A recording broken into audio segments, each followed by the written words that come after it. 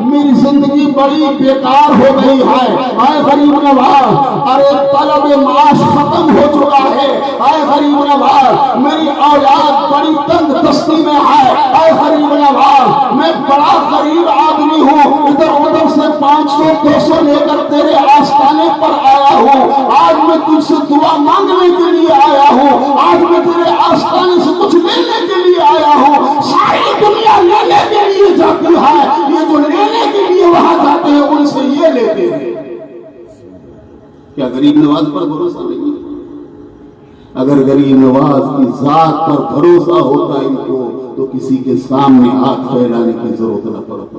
ہمارا تو یہی کہنا ہے کہ خواجہ پر بھروسہ نہیں ہے ان کا، لوگوں پر بھروسہ ہے۔ اور ترہ بات یہ ہے کہ یہ لوگ عقیدے کے بھی صحیح نہیں ہیں۔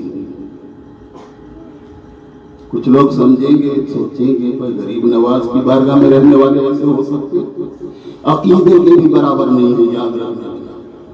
کیا حضرت امیر معاویہ کو گالیاں دینے والا سنی ہو سکتا ہے؟ ہو سکتا ہے؟ صحابہ کرام کی شان میں بھونکنے والا سنی ہو سکتا ہے؟ نہیں ہو سکتا۔ اعلیٰ حضرت عظیم البرکت کو کہ گستاخیاں کرنے والا سنی ہو سکتا ہے؟ نہیں ہو سکتا ہے نا۔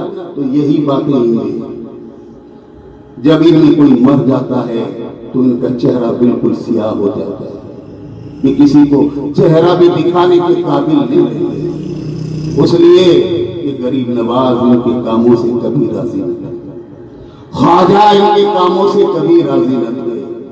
خواجہ تو وہ ہے کہ جو غریبوں کا بھی غریب نواز ہے، امیروں کا بھی غریب نواز ہے، مشیروں کا بھی غریب نواز ہے، وزیروں کا بھی غریب نواز ہے۔ ہندوستان میں آ کر غریب نواز نہ بنا، وہ جب ماں کے پیٹ میں تھا تب بھی غریب نواز تھا، وہ ایک دن تھا تب بھی غریب نواز تھا، ایک مہینے کا تھا تب بھی غریب نواز تھا، ایک برس کا تھا تب بھی غریب نواز تھا۔ اس لیے کہ جب کسی کا بچہ روتا اور نور بی بی کے سامنے آتا تو غریب نواز اپنے منہ کو ہٹا کر اماں کو اشارہ کرتے تھے، اماں دودھ پلا دو اسے تاکہ اس کا رونا بند ہو جائے۔ یہ بات کیا بتا رہی ہے؟ دودھ پیتے وقت بھی ہمارا خواجہ غریب نواز تھا۔ غریب نوازی کی صفت کبھی آپ سے الگ ہوئی ہی نہیں ہوئی۔ انگلی پکڑی تھی اپنے ابا کی اور عید کے دن جا رہے تھے، اور غریب نواز غیاث الدین کے ساتھ، سید غیاث الدین کے ساتھ، مگر سڑک کے کنارے ایک مفلوج بچے کو دیکھا ہے۔ آج تو عید کا دن ہے، اسے اچھا لباس ہونا چاہیے، اس کا کوئی شانہ کرنا چاہیے، اس کے آنکھوں میں کوئی سرما لگانا چاہیے، آج اس کو کوئی نہلانا چاہیے، مگر حالت یہ ہے جناب کہ وہ بچہ رو رہا ہے، سب خوشی خوشی عیدگاہ پر جا رہے ہیں، مگر تھے نہ غریب نواز۔ انگلی نکالی اپنے ابا کے ہاتھوں سے، چلے گئے اس رونے والے بچے کے پاس، ایسے دیکھا تو دکھوں پر دکھ یہ ہے کہ آنکھیں بھی نہیں، نہ بھی نہ ہے، چہرہ مٹی میں اڑا ہوا ہے، سر کھلا ہے، بال بڑے بڑے ہو گئے ہیں۔ کپڑوں کو دیکھا تو یہاں سے ٹوٹا یہاں سے ٹوٹا، بیچارہ وہ غریب غربت کی تصویر بن کر کھڑا ہے، مگر اس کے سر کے اوپر ایک ہاتھ آیا، اور جب ہاتھ آیا تو اس نے کہا کون ہے؟ جواب ملا حسن ہوں، حسن ہوں، تیرا رونا میں نہیں دیکھ سکتا، تیرا بلکنا میں نہیں دیکھ سکتا۔ کہا تو کون ہے؟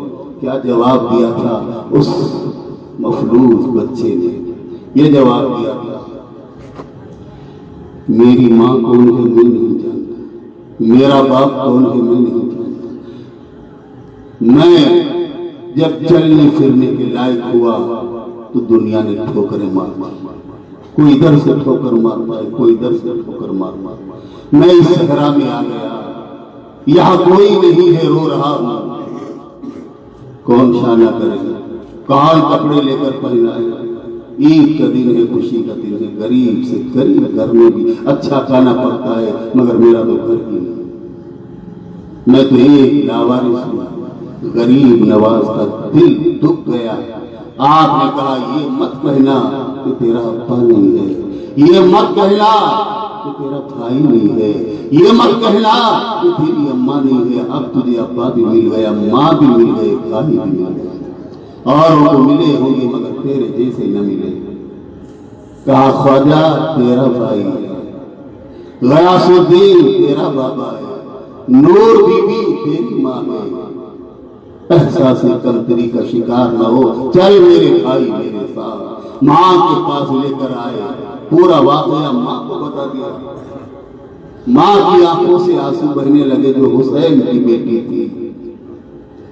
بچے کو ایسا نہلایا، ایسے چمکدار کپڑے پہنائے، کہا میں تیری ماں، یہ ہے سادات، یہ ہے رسول اللہ کی اولاد، میں تیری ماں ہوں.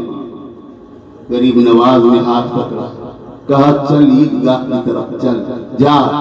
جب جانے لگا تو گویا یہ بچہ یوں کہہ رہا تھا کہ سنائے اپنی بربادی کے افسانے کہاں جاتے، تیرا در چھوڑ کر خواجہ دیوانے کہاں جاتے. یہ ہے ہمارے غریب نواز. اللہ رب العالمین کی بات